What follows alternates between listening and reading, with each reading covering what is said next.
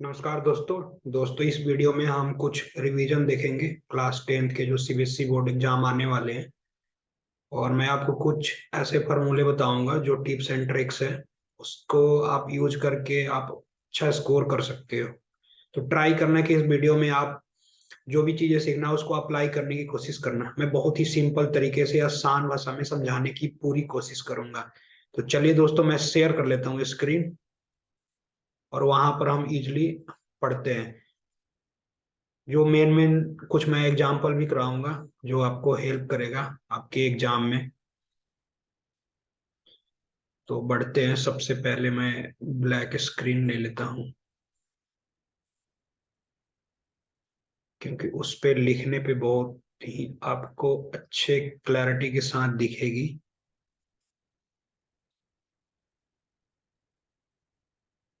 Start करते हैं, simple से टॉपिक से स्टार्ट करते हैं, पेयर ऑफ लीनियर इक्वेशन से। जहां पर हमें ये पूछा जाता है कि इसकी ये इक्वेशन कंसिस्टेंट है कि नहीं। कुछ अगर मान लो पोलिनोमियल दिया है, उससे पूछा जाता है कि कंसिस्टेंसी कैसे मेंटेन करे। वो सारी चीजें हैं, उस चीज को हम अभी पढ़ते हैं और समझते हैं। और मैं एग्जाम्पल के साथ आपको समझाने की पूरी कोशिश करूंगा। ठीक है दोस्तों, तो चलिए हम स्टार्ट कर देते हैं एकदम स्टेप बाय स्टेप। ठीक है, तो मैं पेन सेलेक्ट कर लेता हूँ।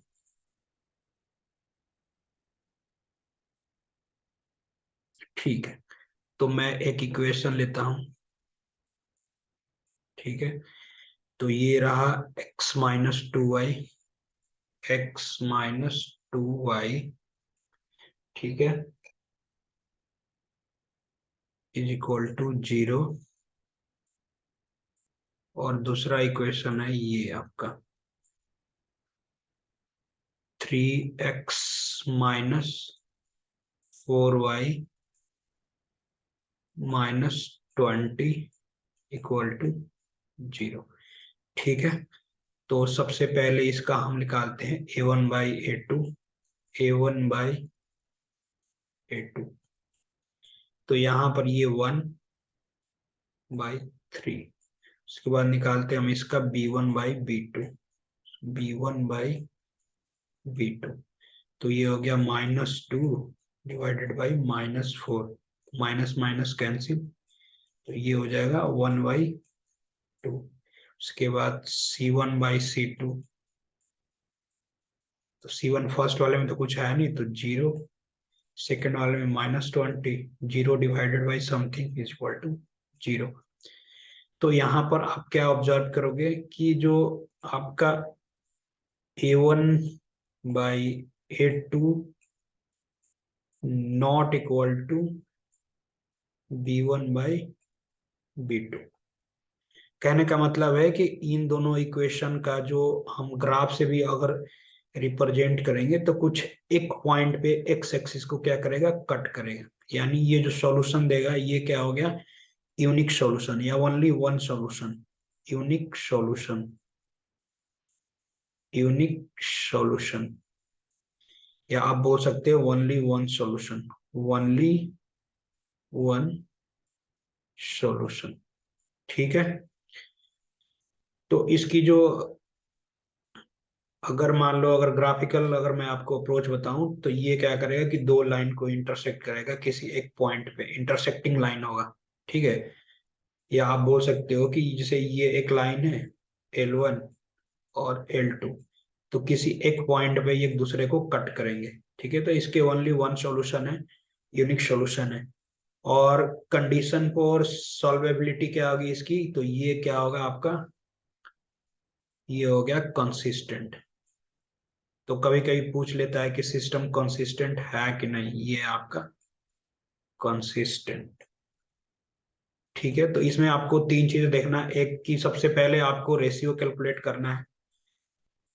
उसके बाद आपको चेक करना है कि ये क्या यूनिक सॉल्यूशन है कि नहीं। ठीक है, यूनिक सॉल्यूशन है, इन्फिनाइटली मेनी सॉल्यूशन है, या नो सॉल्यूशन। तो इस केस में क्या हुआ, यूनिक सॉल्यूशन है, क्योंकि a1/a2 का रेशियो b1/b2 के बराबर नहीं है। ठीक है, और ग्राफिकल देखोगे तो ये क्या करेगा, इंटरसेक्टिंग लाइन होगा। ठीक है, और ये क्या हो गया, कंसिस्टेंट हो गया। तो ये हो गया आपका पहला। अब इसको मैं इरेज करता हूँ, सेकंड वाले पे चलते हैं।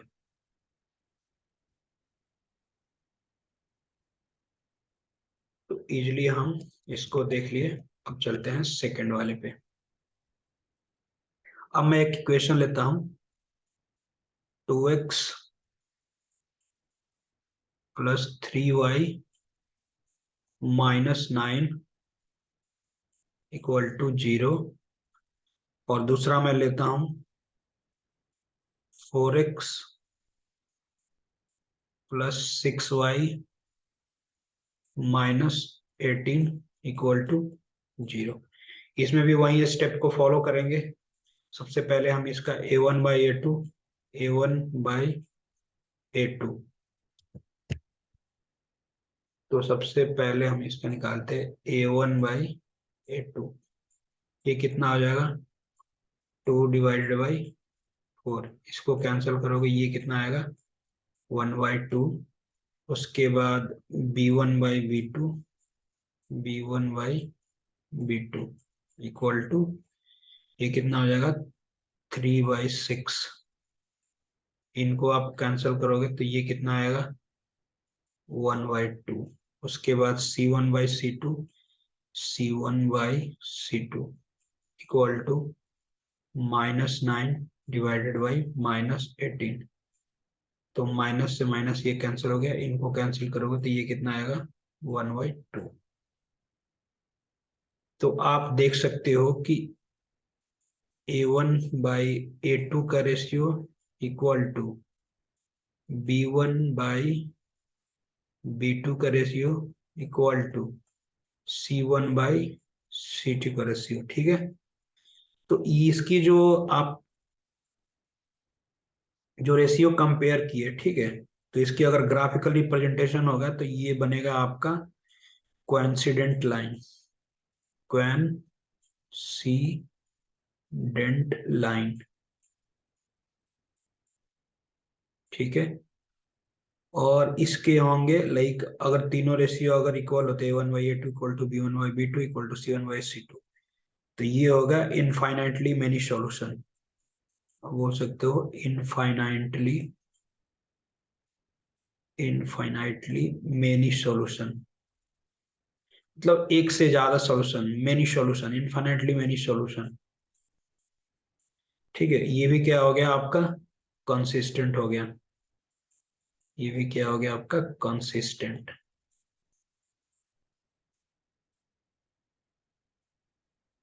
ठीक है। इसकी अगर ग्राफिकल देखोगे तो कुछ ऐसा बनेगा कि एक लाइन ये है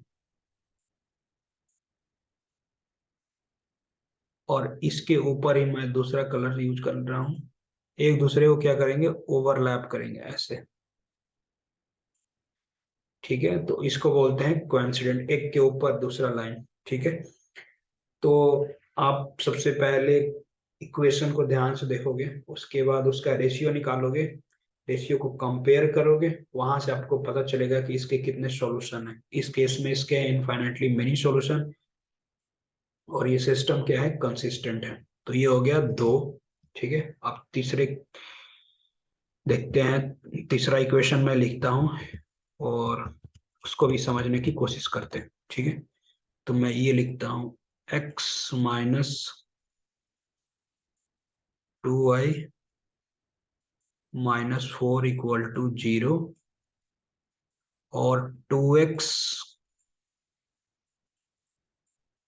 प्लस 4y -12 इक्वल टू 0। ठीक है। इसको भी हम, इसका सबसे पहले हम क्या करते हैं, इसकी रेशियो निकालते हैं। So a1/a2 equal to 1/2, b1/b2। So b1/b2 equal to -2, यहाँ पर ना ये +2 है, +2y है। ठीक है।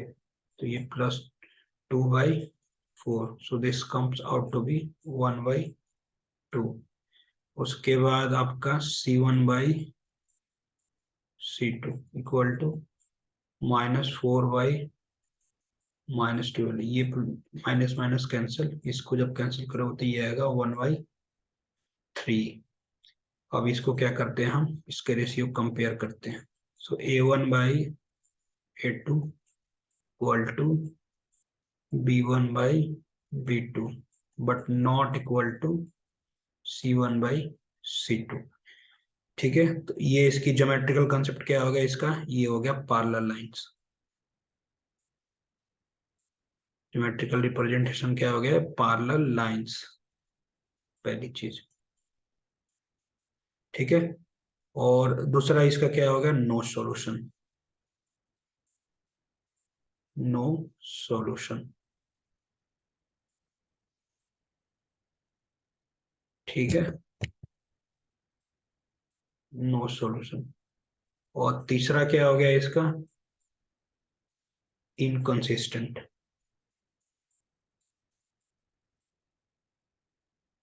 इनकंसिस्टेंट।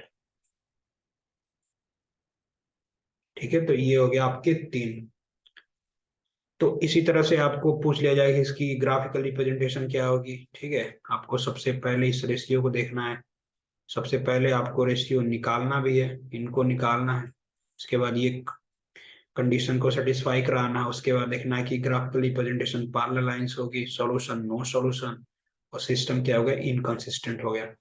तो ये दोस्तों पेयर ऑफ जो आपके लीनियर इक्वेशन है ना, pair of lines of linear equation in two variable, उसमें से ये पार्ट डेफिनेटली एग्जाम में आते हैं। तो यहाँ से आप इस चीज को अच्छे से इस कॉन्सेप्ट का यूज कर सकते हो अपने एग्जाम में, और वहां से आप इजिली लाइक 2 और 3 मार्क्स इजिली स्कोर कर सकते हो। ठीक है, अब बढ़ते हैं आपके कुछ और इम्पोर्टेंट क्वेश्चन की तरफ। ठीक है, और ये रिवीजन वीडियो है दोस्तों, मैं अगर डिटेल में आपको पढ़ाऊंगा तो थोड़ा सा टाइम ज्यादा चाहिए मेरे को, क्योंकि मैं ऐसे लाइक छोटी छोटी चीजें बता के ऊपर ऊपर से मैं नहीं छोड़ता, मैं डिटेल में काफी चीजें पढ़ाता हूँ कि ये क्यों हुआ, कैसे हुआ। ठीक है, जो आपके WH वर्ड है ना, उसकी इम्पोर्टेंस होती है कि ये आया कहाँ से, क्यों आया, इसकी सॉल्यूशन क्या होगी। ठीक है, तो वो चीजें है।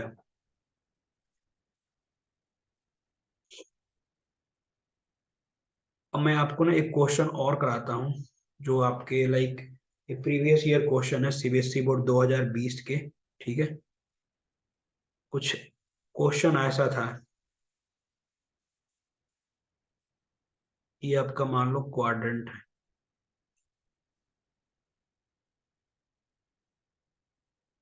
थोड़ा सा फिगर तिरछा बना है बट कोई नहीं दोस्तों, कोशिश करना समझने की। ठीक है, ये इसको मान लो शेडेड है।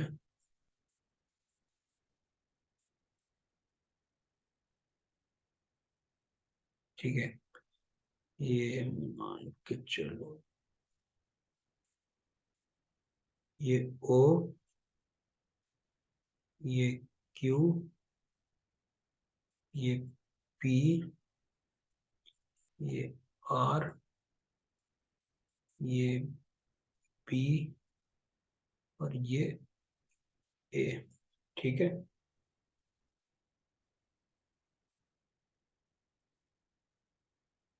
अब ये आपका क्या है कि इन फिगर, ठीक है, ये वाली जो पार्ट है ORQP, ये क्या है, स्क्वायर है, जो कि एक क्वाड्रेंट में, OAB क्वाड्रेंट में क्या हुआ है, इंस्क्राइब्ड है। ठीक है, OAQB जो ये आपके सर्कल का जो पार्ट है ना, एक क्वाड्रेंट मान के चलो। ठीक है, अब ये बोल रहा है कि जो इसकी जो रेडियस है, ठीक है, इस सर्कल का जो रेडियस है वो है आपका, जो R की जो वैल्यू है वो है आपका 6√2,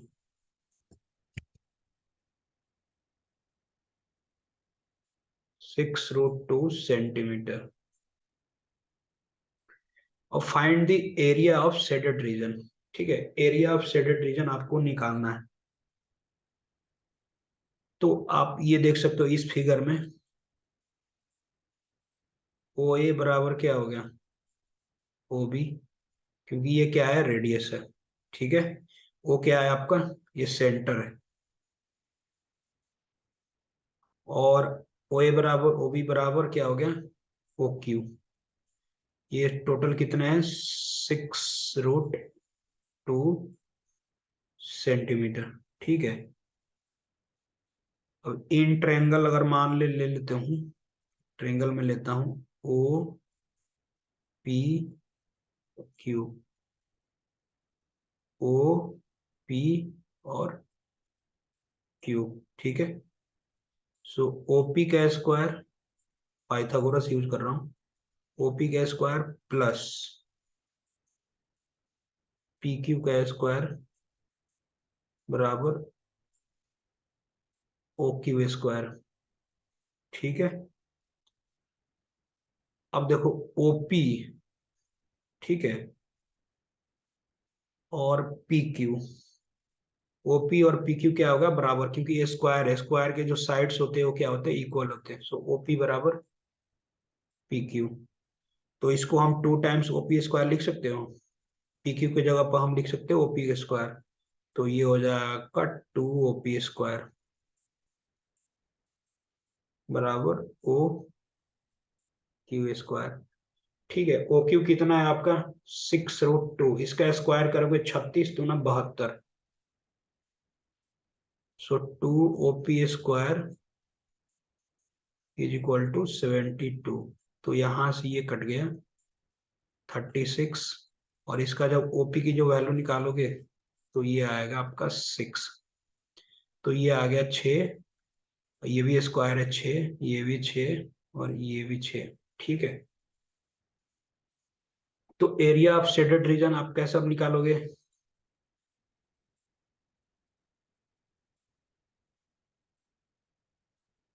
area of shaded region.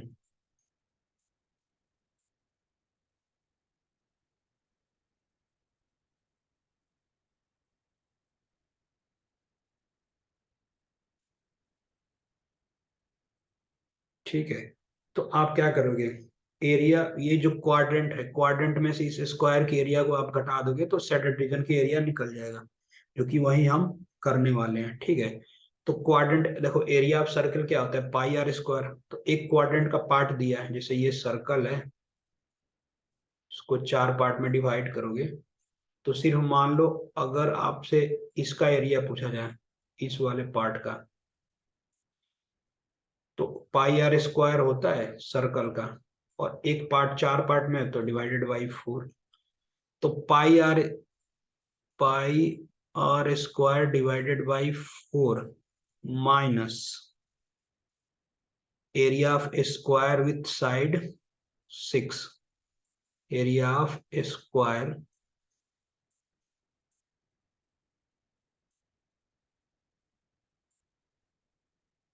With side 6। ठीक है। बस ये कैलकुलेट कर लो, उसके बाद आंसर आ जाएगा। जब इसको कैलकुलेट करोगे तो आपके आंसर कितने आएंगे, 2057 सेंटीमीटर स्क्वायर। ठीक है। तो आप इजिली यहां से कैलकुलेट कर सकते हो। तो इस तरह के क्वेश्चन भी आएंगे। ठीक है। तो आपको बहुत ही केयरफुली क्वेश्चन को पढ़ना है। तो ये हो गया। उसके बाद एक और आपको मैं क्वेश्चन कराता हूँ, वो भी काफी अच्छा है, इस तरह के क्वेश्चन पूछे जाते हैं एग्जाम में। और ये वही बच्चा कर सकता है जिसने सीरियसली पढ़ाई किया हो अपने लाइक पूरे साल मन लगा के, तो आप इजिली इस क्वेश्चन को कर सकते हो। और जितना आप कंसेप्ट को ट्राई करना कि अप्लाई करना, क्वेश्चन बहुत ही केयरफुली पढ़ना, क्योंकि जब क्वेश्चन आप इजिली पढ़ोगे ना, तो क्वेश्चन करने की पॉसिबिलिटी, सही करने की पॉसिबिलिटी बढ़ जाती है। तो एक एग्जाम्पल दिया था कुछ ऐसे, मतलब एनसीईआरटी का ही है, कि 4x² plus kx plus 25 equal to 0। और इसमें पूछा था कि k की वैल्यू ज्ञात कीजिए जब रूट्स क्या हो, इक्वल हो।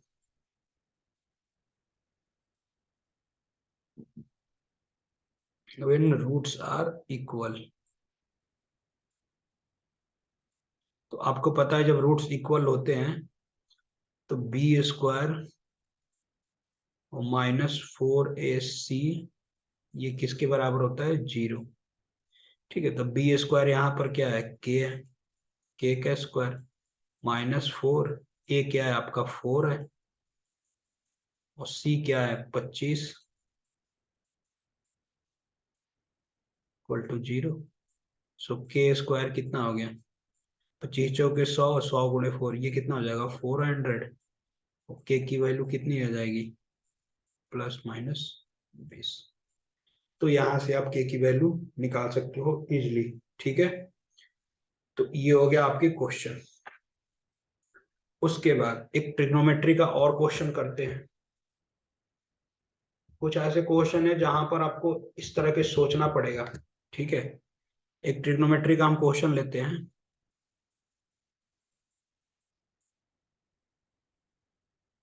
और यहाँ पर मैं आपको बताऊंगा किस चीज को आपको फोकस करना है। 2 cos³ माइनस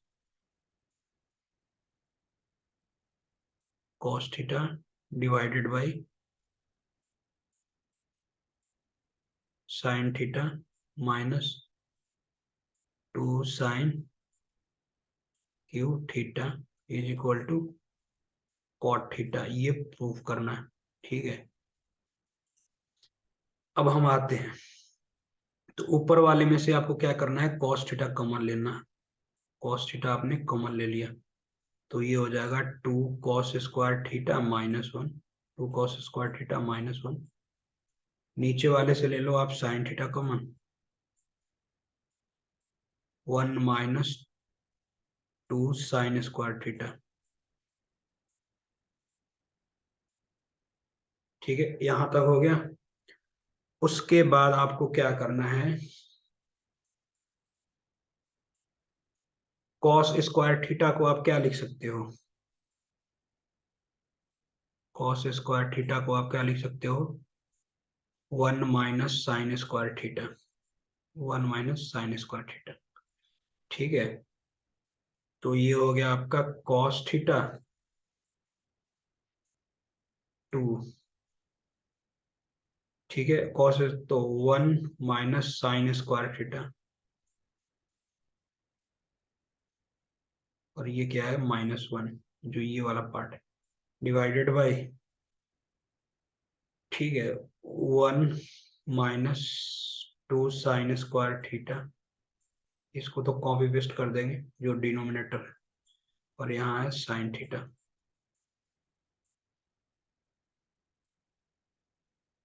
ठीक, तो अब इसको सॉल्व करो। तो ये जब इसको आप सॉल्व करोगे तो ये आएगा कुछ ऐसा आपका, cos θ बाई sin θ। ये हो जाएगा 1 - 2 sin²θ, और डिनोमिनेटर तो सेम है, 1 - 2 sin²θ। इन दोनों को कैंसिल कर दोगे, cos θ बाई sin θ कितना होता है? cot θ। तो इस तरह से प्रूव कर सकते हो। ठीक है, ये हो गया आपके कुछ क्वेश्चन। उसके बाद और आगे बढ़ते हैं। कुछ और मैं आपको टिप्स एंड ट्रिक्स बताता हूँ जो आप यूज करना। ठीक है, एक चीज और ध्यान रखना, ट्रिग्नोमेट्री में मैं आपको बताता हूँ किस चीज पर आपको फोकस करना है।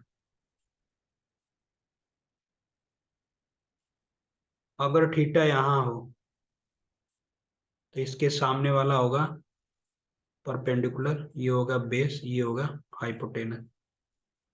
अगर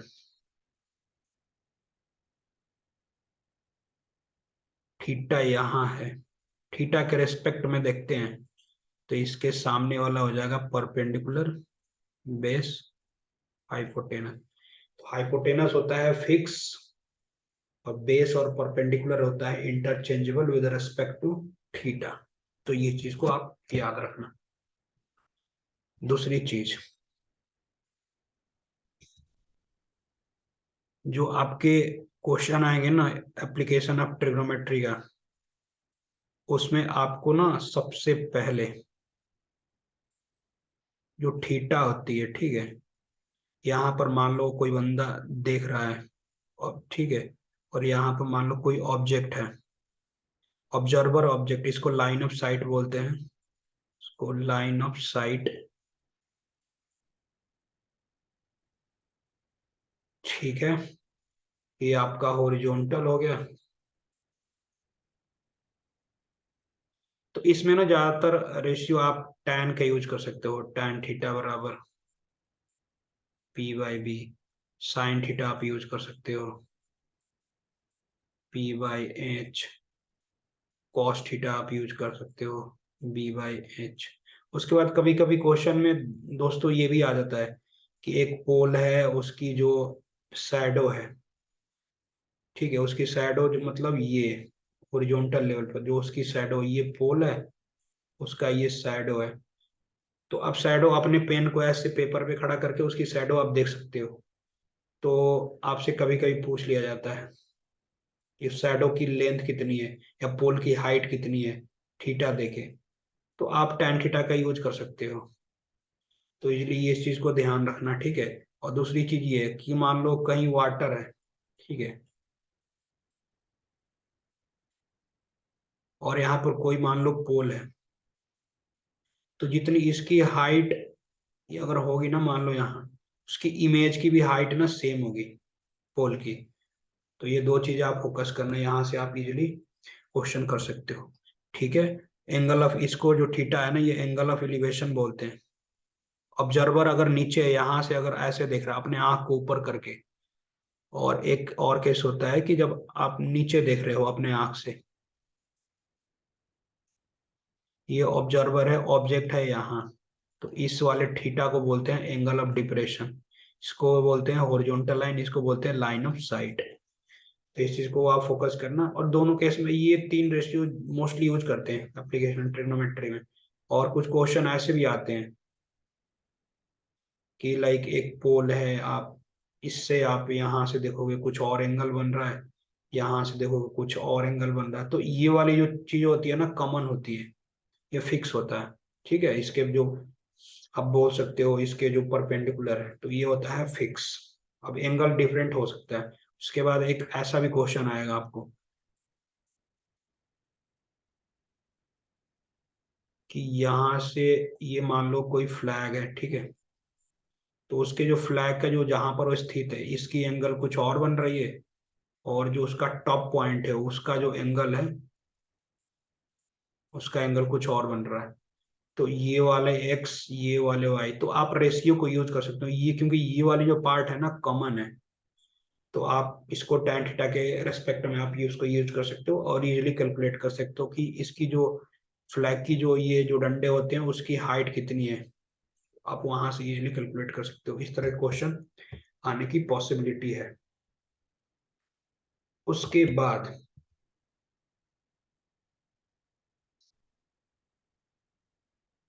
बाद आप प्रोबेबिलिटी में ना ये जरूर याद रखना, probability of any event plus probability of not any event is equal to 1। एक चीज तो ये याद रखना। दूसरी कि जो प्रोबेबिलिटी की जो इवेंट होती है, ठीक है, या तो ग्रेटर देन इक्वल टू 0 और लेस देन इक्वल टू 1। अगर इससे ज्यादा या निगेटिव आ रहा है मतलब आप गलत हो। तो इस चीज को आप केयर करना, ठीक है। उसके बाद मैंने बाकी चीजें मैंने अपने यूट्यूब चैनल पे डाल रखी है, ट्रिग्नोमेट्री के काफी अच्छे रिवीजन मैंने करा रखा है, फार्मूला मैंने डाल रखा है प्लेलिस्ट में, आप देख सकते हो फार्मूला के मैंने चार्ट बना, तो आप क्विक रिवीजन कर सकते हो। और मैं होप करता हूँ कि आपका एग्जाम अच्छा जाएगा। और आपको वीडियो अच्छी लगी तो आप शेयर करना अपने दोस्तों के साथ, और जो आपके ब्रदर एंड सिस्टर है जो क्लास 10th में आने वाले हैं, उनके लिए हम कुछ नया प्लेलिस्ट क्रिएट करने वाले हैं। और हमारे पास जितने भी टीचर हैं ना दोस्तों, सारे इंजीनियर्स हैं, डॉक्टर्स हैं, इसलिए हैंडल कर लेते हैं प्रॉब्लम को, और बहुत ही हम इजी तरीके से समझाने की कोशिश करेंगे। So thank you so much and love you all.